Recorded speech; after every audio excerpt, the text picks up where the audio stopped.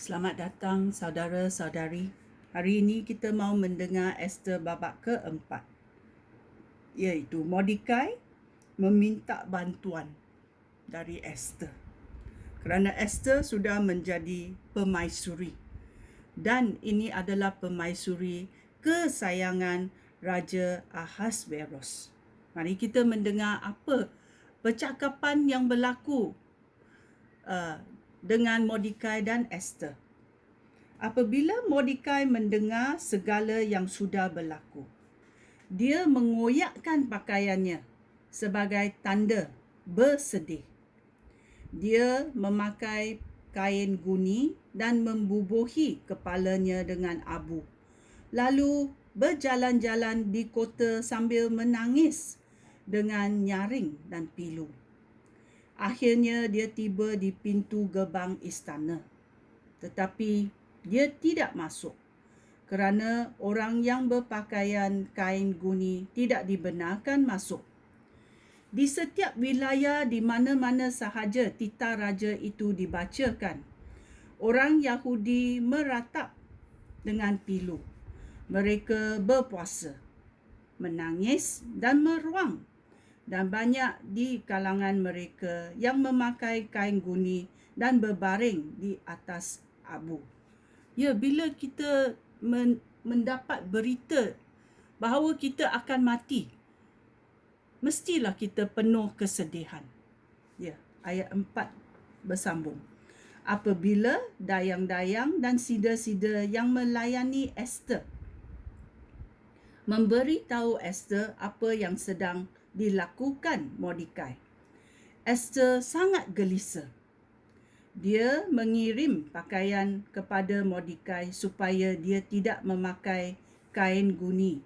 Tetapi Mordekai tidak mahu menerimanya. Kemudian Esther memanggil Hathach, salah seorang sida-sida di istana yang ditugaskan raja untuk melayani Esther. Esther menyuruh Hathach bertanya kepada Mordekai apa yang sedang berlaku dan mengapa dia bertindak begitu. Hathach pergi kepada Mordekai di lapangan kota, di hadapan pintu gerbang istana. Mordekai memberitahu dia segala yang dialaminya dan beberapa banyak wang perak yang dijanjikan oleh Haman untuk dimasukkan ke dalam perbendaharaan diraja. Setelah semua orang Yahudi dibunuh, dia memberi Hathach salinan surat raja yang sudah diisytiharkan di Susan, yang mengandungi perintah untuk membinasakan semua orang Yahudi. Mordekai menyuruh Hathach membawa surat itu kepada Esther dan menjelaskan perkara itu kepadanya. Mordekai juga meminta supaya Esther menghadap raja dan memohon belas kasihan bagi bangsanya. Kemudian Hathach pergi kepada Esther dan menyampaikan pesan Mordekai kepadanya. Tetapi Esther mengutus Hathach kembali kepada Mordekai dengan pesan berikut. Sesiapa sahaja, lelaki atau perempuan, akan dibunuh mati jika dia masuk menghadap raja di istana, di halaman bahagian dalam, tanpa dipanggil oleh raja sendiri. Itulah undang-undang, dan semua orang, baik penasihat raja maupun raja jelata, rakyat jelata mengetahui hal itu. Ada satu jalan sahaja untuk lepas daripada undang-undang itu, iaitu apabila raja menghulurkan tongkat emasnya kepada orang yang datang menghadap.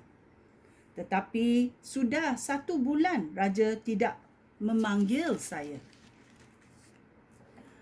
Selepas Mordekai menerima pesan Esther itu, dia mengirim amaran berikut kepada Esther. Jangan sangka bahawa kamu lebih selamat daripada orang Yahudi yang lain hanya kerana kamu tinggal di istana.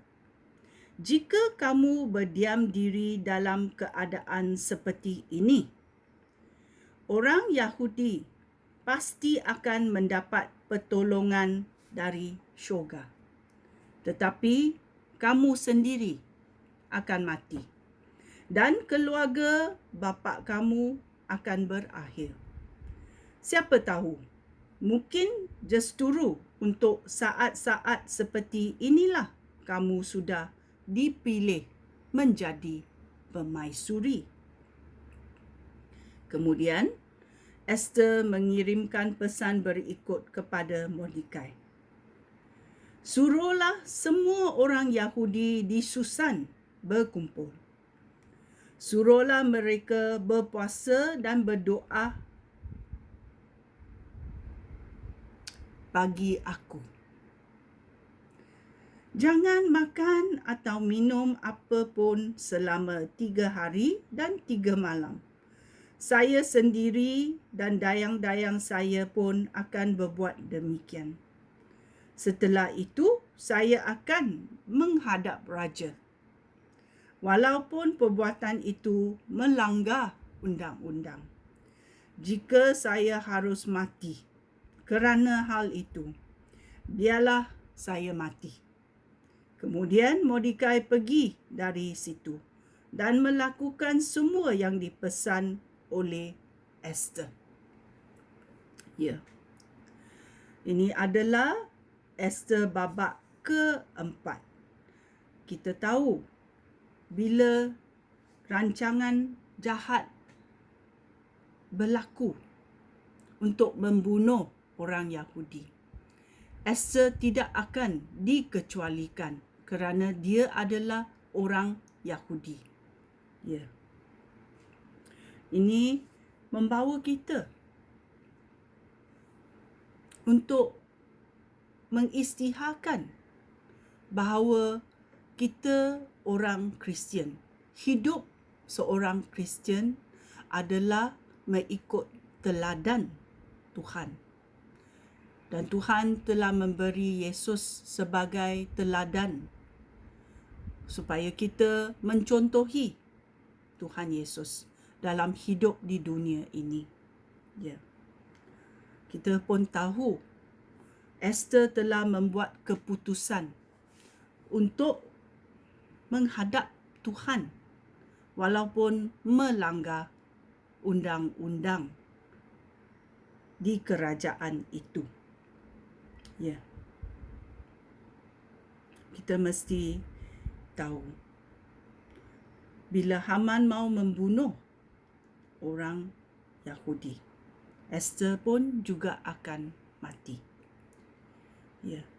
Itulah Esther sanggup membuat dan menghadap Tuhan, menghadap Raja